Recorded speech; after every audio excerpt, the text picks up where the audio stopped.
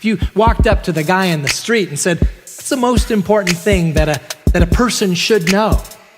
My guess is that people would answer kind of personally what's most important to them. They might say, well, for me, it might be freedom. It's certainly a feature of living in this nation, or knowledge, or happiness, or success, the most important thing. Maybe something like that.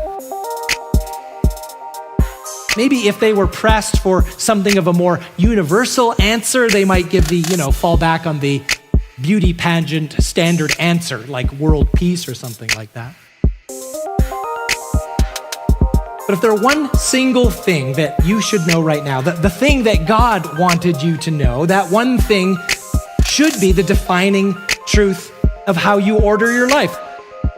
Now, I don't think at all that it is a stretch to say that the very purpose of creation itself, the very point of the universe, is to point us to this one truth.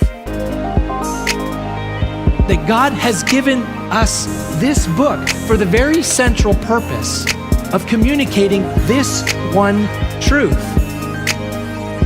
And the truth is the gospel.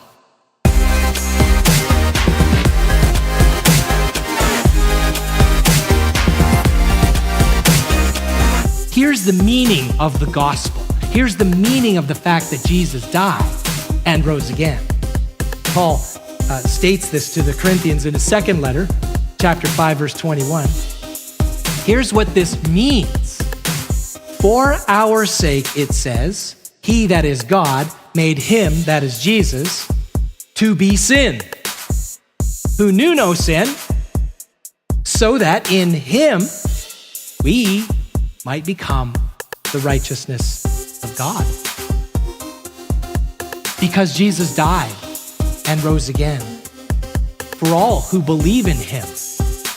Jesus became your sin. That's the meaning of the gospel.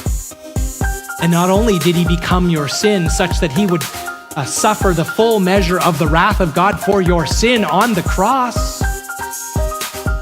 When you put your faith in him, when you say, yes, Jesus, you did that for me, you become the righteousness of God.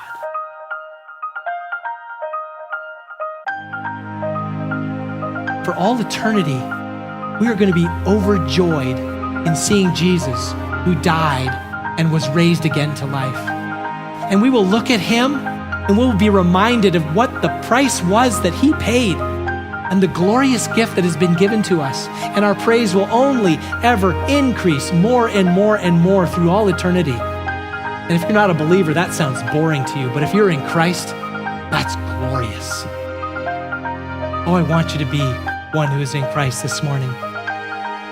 You need to believe the gospel. You need to stand in the gospel. Put your hope in the gospel. This is the most important thing that you could ever know.